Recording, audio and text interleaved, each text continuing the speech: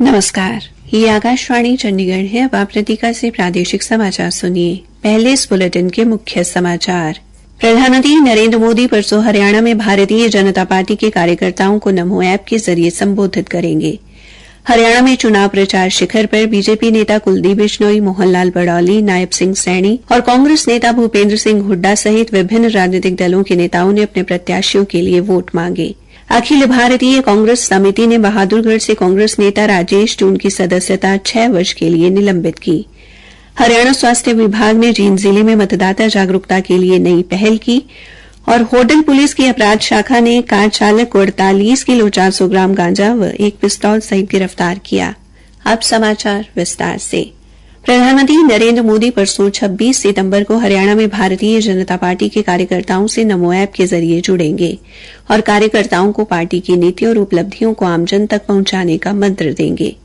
हरियाणा में पार्टी से प्रदेश चुनाव प्रभारी सतीश पुनिया और चुनाव सह प्रभारी सुरेंद्र नागर ने कहा कि प्रधानमंत्री का ये कार्यक्रम निश्चित तौर पर कार्यकर्ताओं में उत्साह और जोश का संचार करेगा। उन्होंने बताया कि 4000 से ज्यादा शक्ति केंद्रों पर पार्टी ने प्रधानमंत्री के कार्यक्रम को सुनने की व्यवस्था की है। उन्होंने कहा कि बीजेपी की बड़ी जीत के लिए पार्टी जमीनी स्तर पर ध्यान केंद्रित करते हुए काम कर रही है। उन्होंने कहा कि बीजेपी का कार्यकर्ता निष्ठावान और समर्पित है। कार्यकर्ताओं की मेहनत के दम पर ही पार्टी लगातार चुनाव लड़ रही है। हरियाणा में चुनाव प्रचार शिखर पर है। भिवानी जिले के लोहारू विधानसभा क्षेत्र से बीजेपी प्रत्याशी जेपी दलाल का जनसंपर्क अभियान आज भी जारी रहा। बीजेपी के स्टार प्रचारक व वरिष्ठ नेता कुलदीप बिश्नोई ने आज उनके पक्ष में गांव लीलस व बड़वा में जनसभा को संबोधित किया।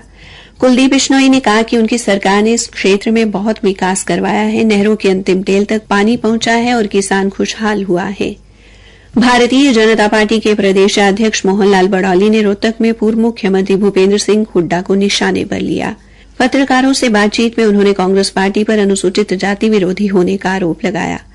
उन्होंने कहा कि कांग्रेस के लोगों द्वारा ही सांसद कुमारी सैलजा पर अभद्र टिप्पणी ने उन्हें बेनकाब कर दिया है। प्रदेश के कार्यवाहक मुख्यमंत्री नायब सिंह ने रोहतक में ब्राह्मण खाप के प्रतिनिधियों से मुलाकात की। खाप ने चुनाव में भारतीय जनता पार्टी को समर्थन देने का ऐलान किया। पूर्व मुख्यमंत्री भूपेंद्र सिंह हुड्डा ने गन्नौर व सोनीपत में 9 जनसभाएं कर कांग्रेस प्रत्याशियों को जिताने की अपील की। जननायक जनता पार्टी व आजाद समाज पार्टी के संयुक्त प्रत्याशी एडवोकेट सुशील गर्ग नरवाना ने पंचकूला स्थित इंदिरा कॉलोनी में अपने जनसंपर्क अभियान को आगे बढ़ाया। कांग्रेस पार्टी के प्रत्याशी प्रदीप चौधरी ने आज मोरनी में 10 जगह पर चुनाव प्रचार करते हुए अपने लिए वोट मांगे। उन्होंने आरोप लगाया कि मोरनी क्षेत्र की सबसे ज्यादा अनदेखी हुई है। आम आदमी पार्टी के बल्लभगढ़ से प्रत्याशी रविन्द्र फौजदार ने कई कॉलोनियों में जनसंपर्क किया। इंडियन नेशनल लोकदल के वरिष्ठ नेता अभय सिंह चौटाला ने जुलाना विधानसभा के गांव खरेटी में गठबंधन उम्मीदवार डॉ सुरेंद्र के लिए चुनाव प्रचार किया। हरियाणा की उचाना कला विधानसभा सीट पर मुकाबला रोचक होता जा रहा है। प्रदेश के बांगर क्षेत्र का उचाना कला विधानसभा क्षेत्र 1977 से अस्तित्व में आया। ये विधानसभा क्षेत्र जींद जिले में है। एक रिपोर्ट। उचाना कला विधानसभा क्षेत्र चौटाला परिवार और वीरेंद्र सिंह परिवार के आमने सामने रहने से चर्चा में रहा है। इस बार इस सीट से जननायक जनता पार्टी के दुष्यंत चौटाला, कांग्रेस के वीरेंद्र सिंह के पुत्र ब्रजेंद्र सिंह और भारतीय जनता पार्टी के देवेंद्र अत्री चुनाव लड़ रहे हैं। इंडियन नेशनल लोकदल बीएसपी गठबंधन ने विनोद अलेवा और आम आदमी पार्टी ने पवन फौजी को मैदान में उतारा है। वीरेंद्र सिंह अधिकतर समय कांग्रेस में रहे हैं। हालांकि वीरेंद्र सिंह परिवार 10 साल भारतीय जनता पार्टी में भी रहा। इस दौरान 2014 के चुनाव में वीरेंद्र सिंह की पत्नी प्रेमलता बीजेपी के टिकट पर जीतने में सफल रही, लेकिन 2019 के चुनाव में जेजेपी के दुष्यंत चौटाला विजयी हुए। अब वीरेंद्र सिंह परिवार कांग्रेस में है। अब की बार इस सीट पर मुकाबला त्रिकोणीय माना जा रहा है। उचाना कला विधानसभा क्षेत्र में कांग्रेस के बागी भी नए समीकरण बना रहे हैं। कांग्रेस से बागी होकर वीरेंद्र घोगड़िया व दिलबाग संडील निर्दलीय चुनाव लड़ रहे हैं। ये दोनों नेता परिवारवाद की राजनीति के विरोध में वीरेंद्र सिंह व दुष्यंत चौटाला के खिलाफ मोर्चा खोले हुए हैं। इस तरह इस क्षेत्र में परिवारवाद बड़ा मुद्दा बन गया है। इसके अलावा विकास और बेरोजगारी भी चुनावी मुद्दे हैं। इस विधानसभा क्षेत्र में 2,18,507 मतदाता 5 अक्टूबर को सभी उम्मीदवारों के भाग्य का फैसला करेंगे, जिनमें 10,01,419 महिला मतदाता शामिल हैं। अश्विनी कुमार शर्मा, आकाशवाणी समाचार, चंडीगढ़। प्रादेशिक समाचार आकाशवाणी चंडीगढ़ से प्रसारित किए जा रहे हैं। अखिल भारतीय कांग्रेस समिति ने पार्टी विरोधी गतिविधियों में संलिप्त रहने के कारण कांग्रेस नेता राजेश जून की सदस्यता 6 वर्ष के लिए निलंबित कर दी है। श्री राजेश जून बहादुरगढ़ विधानसभा क्षेत्र से निर्दलीय उम्मीदवार के रूप में विधानसभा चुनाव लड़ रहे हैं। अखिल भारतीय कांग्रेस समिति के महासचिव केसी वेणुगोपाल द्वारा जारी पत्र में कहा गया है कि पार्टी नेतृत्व को कांग्रेस कार्यकर्ताओं और बहादुरगढ़ विधानसभा क्षेत्र के कांग्रेस उम्मीदवार से श्री राजेश जून की पार्टी के हितों के विपरीत गतिविधियों में संलिप्तता के बारे में कई रिपोर्ट मिली है। विशेष रूप से कांग्रेस उम्मीदवार के खिलाफ निर्दलीय उम्मीदवार के रूप में उनका चुनाव लड़ना पार्टी की नीति का उल्लंघन है। हरियाणा विधानसभा चुनाव में मतदान बढ़ाने के लिए मुख्य निर्वाचन कार्यालय द्वारा विभिन्न प्रयास किए जा रहे हैं। स्वीप गतिविधियों के साथ साथ सरकारी विभागों को भी सहयोग करने को कहा जा रहा है। इसी कड़ी में हरियाणा स्वास्थ्य विभाग ने जींद जिले में एक नई पहल की है। इस पहल के तहत ओपीडी पर्ची का प्रयोग मतदाता जागरूकता के लिए किया जा रहा है।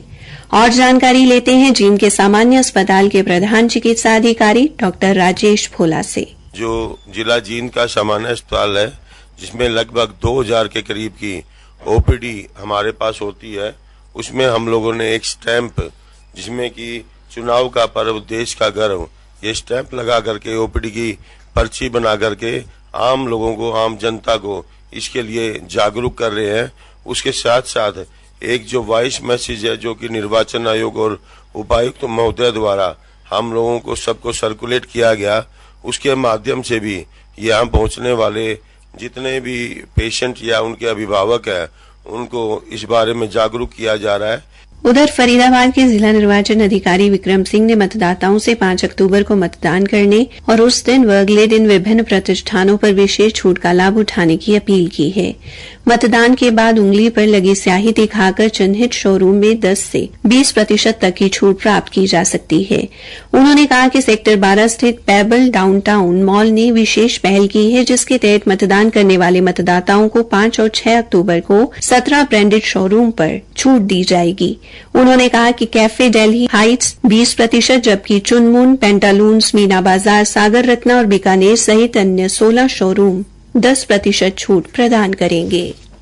हरियाणा में 5 अक्टूबर को होने वाले विधानसभा चुनाव के मद्देनजर दुकानों व वाणिज्यिक प्रतिष्ठानों में कार्यरत कर्मचारियों को वेतन सहित छुट्टी रहेगी।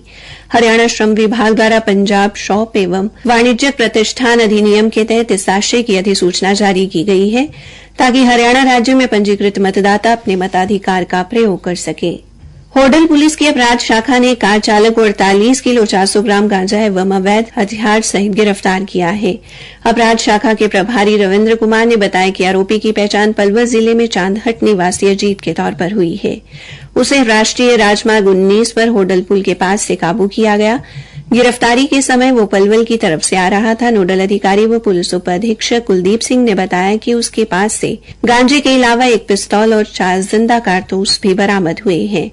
वहीं पलवल में अपराध शाखा ने भी होडल क्षेत्र में गौड़ौता चौक के पास उत्तर प्रदेश में मथुरा जिले के कोसीकला निवासी श्याम सिंह को 379 ग्राम गांजे सहित काबू किया है। हरियाणा राज्य कृषि विपणन बोर्ड द्वारा किसानों को एक नए मोबाइल ऐप से डिजिटल गेट पास जारी करने की प्रक्रिया शुरू की गई है, जिससे अब किसान अपनी फसल का मंडी गेट पास स्वयं घर बैठे बना सकेंगे। बोर्ड के प्रवक्ता ने बताया कि इस बार किसानों को मंडी गेट पास के लिए लाइनों में खड़े होकर इंतजार नहीं करना पड़ेगा। अंत में मुख्य समाचार एक बार फिर। प्रधानमंत्री नरेंद्र मोदी परसों हरियाणा में भारतीय जनता पार्टी के कार्यकर्ताओं को नमो ऐप के जरिए संबोधित करेंगे। हरियाणा में चुनाव प्रचार शिखर पर बीजेपी नेता कुलदीप बिश्नोई, मोहनलाल बडौली, नायब सिंह और कांग्रेस नेता भूपेंद्र सिंह हुड्डा सहित विभिन्न राजनीतिक दलों के नेताओं ने अपने प्रत्याशियों के लिए वोट मांगे। और हरियाणा स्वास्थ्य विभाग ने जींद जिले में मतदाता जागरूकता के लिए नई पहल की। इसी के साथ ये समाचार बुलेटिन समाप्त हुआ।